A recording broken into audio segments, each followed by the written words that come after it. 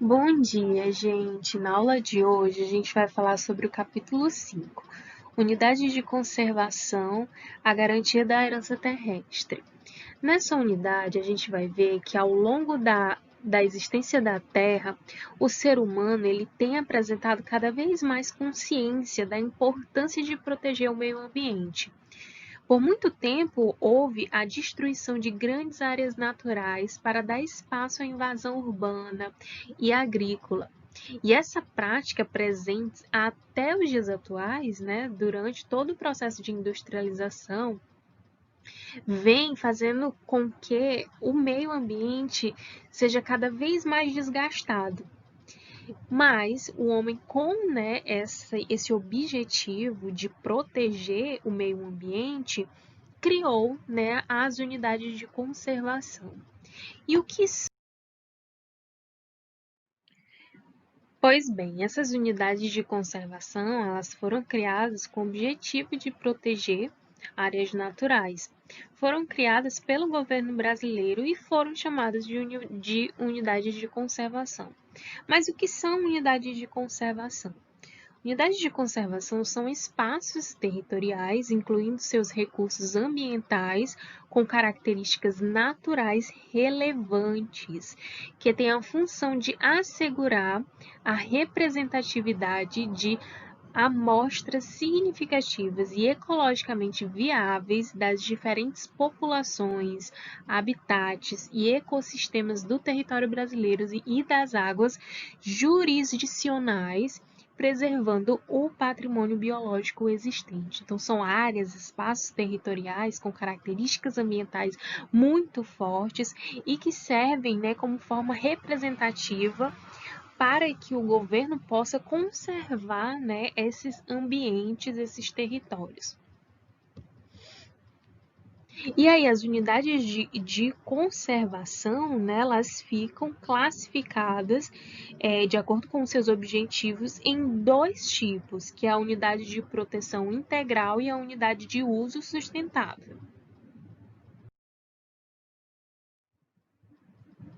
Para a gente diferenciar né, unidades de proteção integral de unidades de uso sustentável, a gente precisa saber o que é cada um. Então, a gente vai começar por unidades de proteção integral. O que são unidades de proteção integral?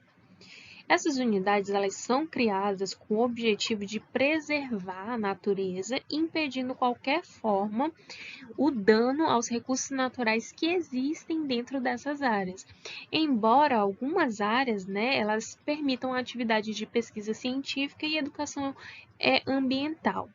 E aí existem alguns exemplos de unidades de proteção integral que a gente vai ver na aula de hoje.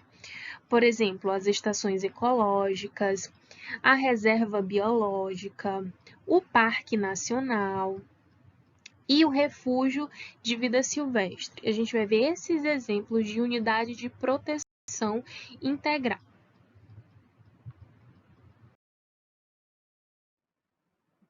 O primeiro exemplo que a gente vai ver de unidade de proteção integral é a estação ecológica, que tem por objetivo preservar a natureza local e permitir a realização de pesquisas científicas. Em ambientes que pertencem a uma estação ecológica, né, a utilização dos recursos só é permitida se não houver nenhum dano aos recursos e a visitação é proibida, salvo em casos né, com objetivos pedagógicos. A exemplo, a gente tem a Estação Ecológica de Itaim, que é uma estação né, que está situada numa estreita faixa de terra entre o Oceano Atlântico e a Lagoa de Mirim. Outro exemplo é a Estação Ecológica de Ibita e Utinga, que é uma estação que está presente em Pernambuco e foi criada em 2002, que fica localizada entre municípios, o município de Ipojuca e Cabo de Santo Agostinho. Essa unidade aí de conservação, ela está situada em uma área que antigamente era pertencente a engenhos, né? Então, vocês podem ver que são ambientes preservados e sua visitação é totalmente proibida, salvo aí pesquisas científicas e objetivos pedagógicos. O segundo exemplo de uma unidade de proteção integral, a gente tem a reserva biológica. A reserva biológica, ela se preocupa, né, com a preservação integral de todos os seres vivos que constituem aquele ambiente, assim como todos os seus recursos naturais. Com a intenção de evitar a interferência humana, a visitação desse tipo de unidade de conservação, ela é permitida só em situações, né, educacionais. A exemplo, a gente tem a reserva biológica Atol das Rocas, e aí eu trago algumas imagens da reserva para vocês. Olha que ambiente bonito, né? Totalmente preservado, justamente, né, Logo em seguida, a gente tem o Parque Nacional, que também é uma unidade de proteção integral. No Parque Nacional, lá se tem como meta proteger ecossistemas considerados de grande importância ecológica e cênica, de imagem bonita, né?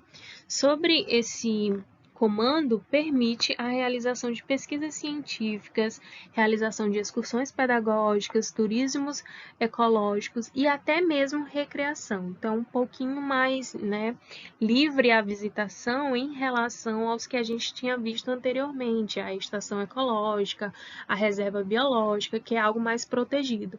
O Parque Nacional ele é aberto até para visitações. E aí, no livro de vocês, traz alguns exemplos, alguns outros exemplos, né? Mas eu quis trazer para nossa região, mais próximo da gente, do Piauí, aqui, que é o nosso vizinho, que tem o Parque Nacional da Serra da Capivara, que é bastante bonito, aberto à visitação, ao turismo, à recreação. O Parque Nacional de Sete Cidades, que é outra região também com bastante visitação, né? A fim de conhecer as riquezas desses lugares. E aí, por último exemplo, né, de uma unidade de proteção integral é o refúgio de vida silvestre. Esse tipo de unidade protege ambientes naturais que possam garantir condições ideais de vida e reprodução de espécies nativas ou não. Aí, a exemplo, tem-se, né, o refúgio de vida silvestre Quelônios do Araguaia.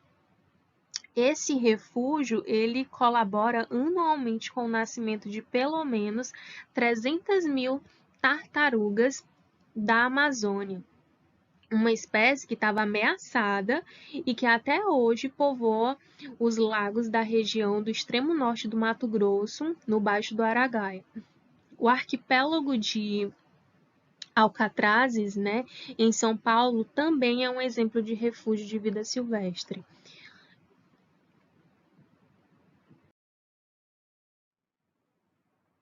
Agora, saindo um pouco das unidades de proteção integral, a gente vai entrar nas unidades de uso sustentável. Como eu falei, as unidades de conservação se dividem nessas duas classificações, a unidade de proteção integral e a unidade de uso sustentável. E o que é essa unidade de uso sustentável? São unidades na qual se autorizam, né, a presença humana e a sua interferência no ambiente, desde que essa interferência do homem no meio ambiente seja de forma equilibrada, ou seja, sustentável. Por isso que o nome dessa unidade é unidade de uso sustentável, porque você pode fazer a utilização daquele recurso natural, ambiental, daquele ambiente, porém você tem que ter uma consciência sustentável. E aí a gente tem também alguns exemplos de unidade de uso sustentável. A área de proteção ambiental, a área de relevante interesse ecológico, floresta nacional, reserva particular de patrimônio natural, reserva de fauna, reserva extrativista e, por último, a reserva de desenvolvimento sustentável. A gente vai definir cada uma agora e citar alguns exemplos. A primeira, né, é a área de proteção ambiental. Essa área de proteção ambiental, ela vem apresentando uma parcela de ocupação humana representada com uma categoria de área relativamente grande, de características importantes que garantem o bem-estar dos seus ocupantes. A exemplo, a gente tem a Serra da Mantiqueira, formada por uma cadeia de montanhas que se estende de Bragança Paulista, São Paulo, aos estados de Minas Gerais e Rio de Janeiro.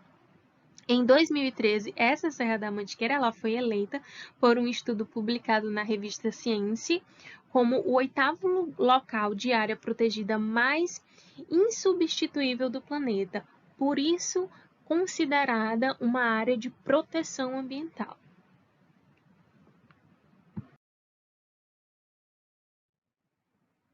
Segundo exemplo, a gente tem a área de relevante interesse ecológico, a qual é uma área que pode ser considerada de relevante interesse ecológico, ela precisa estar e apresentar características naturais surpreendentes, seja pelos recursos oferecidos ou por acolher raros espécimes locais, né?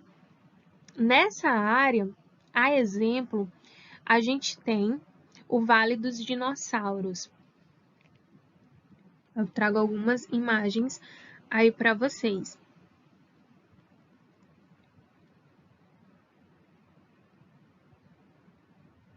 O Vale dos Dinossauros é um exemplo dos mais importantes sítios paleontológicos existentes e enquadrado no grupo das áreas de relevância de interesse ecológico, justamente por registrar a maior incidência de pegadas de dinossauros do mundo.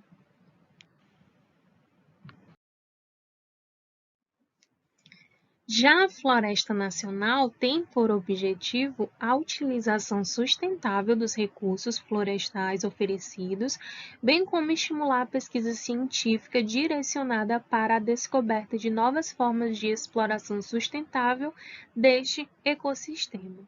A exemplo, a gente tem a Floresta Nacional dos Carajás, ou de Carajás, criada por um decreto assinado em 1998, né? Com uma área de cerca de 400 mil hectares. Apresenta interesses ambientais diversos, como o extrativismo vegetal e o mineral, como o ferro, o ouro, o manganês, o granito e o cobre.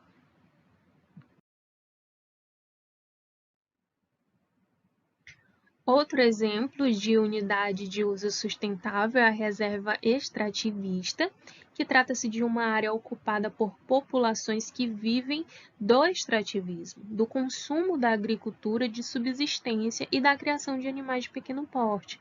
A exemplo, a gente tem a reserva extrativista de Chico Mendes, né, criada em homenagem a Chico Mendes, um seringueiro que foi assassinado em 1988.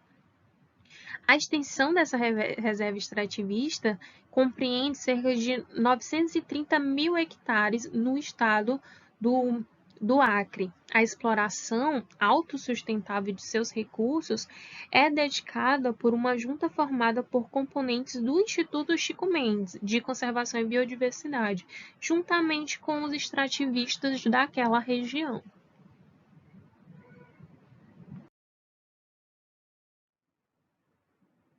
Já a reserva de fauna é uma área natural que apresenta numerosas espécies animais nativas, que são ideais para serem utilizadas em estudos científicos. A primeira reserva de fauna brasileira criada em 2007 foi em Santa Catarina e recebeu o nome de Baía da Bapitonga, que é o exemplo que eu trago para vocês. A sua prioridade é a preservação da biodiversidade, dos bosques e de manguezais e é a maior baía navegável de Santa Catarina.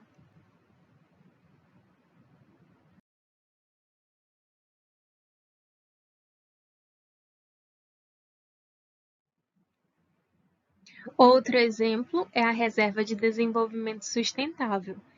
Nessa reserva, o importante é conciliar a conservação da biodiversidade com o desenvolvimento sustentável numa unidade que seja habitada também por populações humanas. Aí, a exemplo, a gente tem o Instituto Mamirauá de Desenvolvimento Sustentável, que foi a primeira reserva de desenvolvimento sustentável brasileira, criada em 1996, localizada a uma distância de 600 quilômetros a oeste de Manaus. Essa reserva ela compreende uma área de 1.124.000 hectares, cujos habitantes aquáticos e terrestres sofrem intensas e contínuas alterações determinadas pela dinâmica das águas dessa região.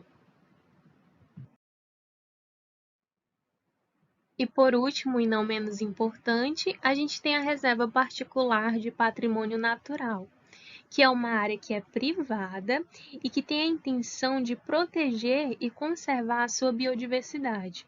Para que se torne uma área conhecida como tal, é necessário que o proprietário dessa área aí, voluntariamente, transforme de forma integral ou parcial a sua propriedade em uma unidade de conservação. A exemplo, a gente tem a Serra do Caraçá, ou também chamado de Santuário do Caraçá, que é um exemplo de unidade de conservação localizada entre os municípios de Catas Altas e Santa Bárbara, em Minas Gerais.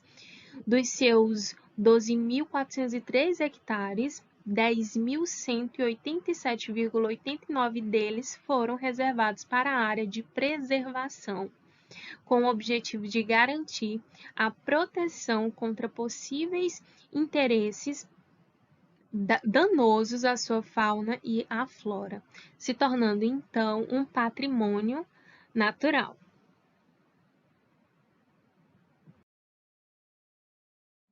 Como atividade semanal, aí a gente tem as páginas 90, a página 94 e 95 para serem entregues segunda-feira da próxima semana, certo? Bons estudos, até logo!